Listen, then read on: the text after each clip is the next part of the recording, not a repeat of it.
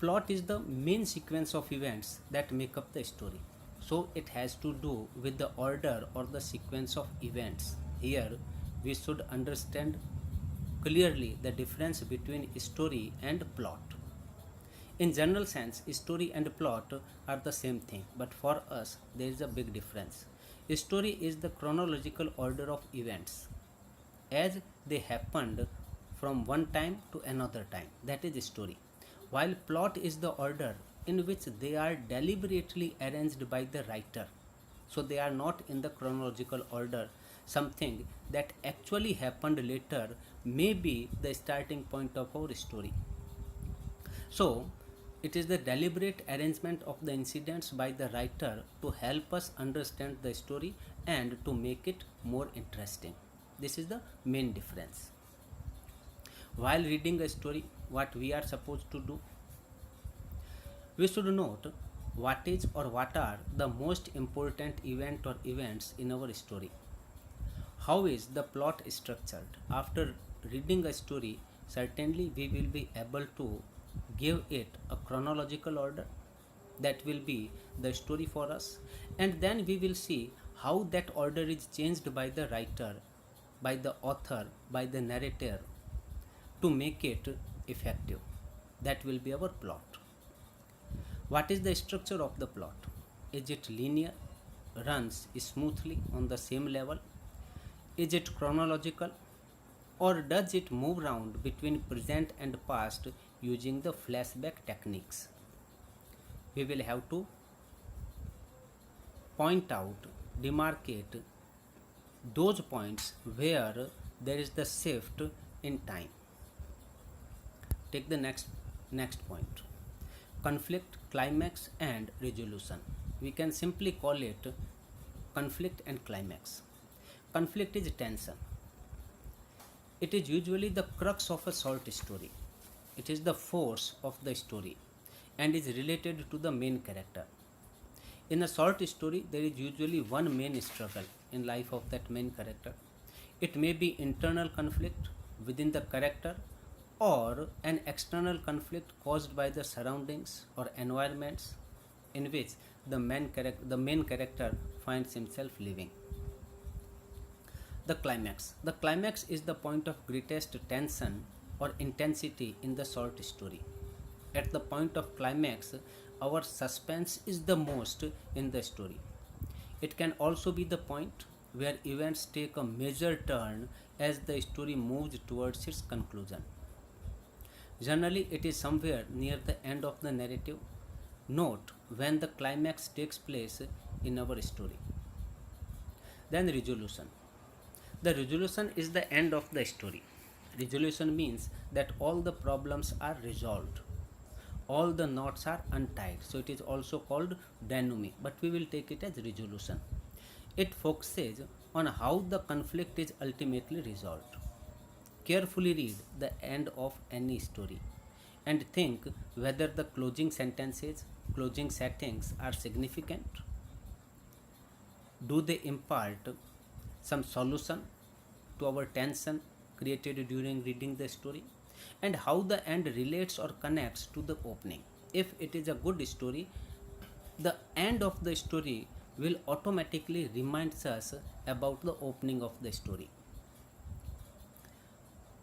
Try to find out these points when we will take our stories. The narrator and point of view. This is a new thing for the students of literature. The narrator is the person telling the story. Consider this question. Are the narrator and the main character the same? Or the narrator is different from the author of a story? Generally, there is difference between the author, the writer, and the narrator of the story. If the story is autobiographical, then we can say that the author himself is the narrator of the story. Otherwise, the writer speaks through his character. The speaker of the story and the writer or author of the story are not identical. The narrator may be the main character or anyone from the other characters of our story, or may be unidentified as a third person narrator. He may or may not take part in the actions of the story if he is from the characters of the story. By point of view, we mean from whose eyes the story is being told. Generally, it is being told by the eyes of the speaker. Speaker is the narrator. You can understand it if you can understand the role of a sutradhar in our dramas. Short stories tend to be told through one character's point of view. Consider the following questions while reading a story. Who is the narrator or speaker in the story? Is the story written in the first person I? If it has I, then it is our first person narrative, and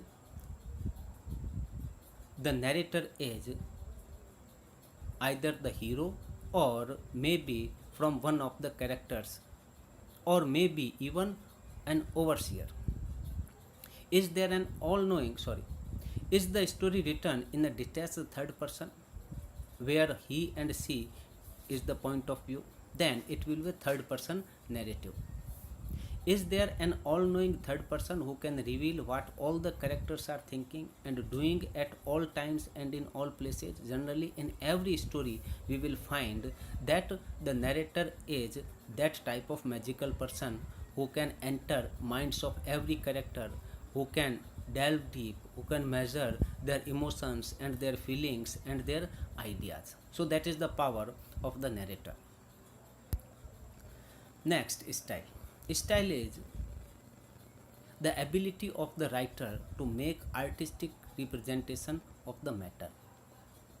It is the personal ability of the writer. It is related to diction. Diction means the choice and the use of words.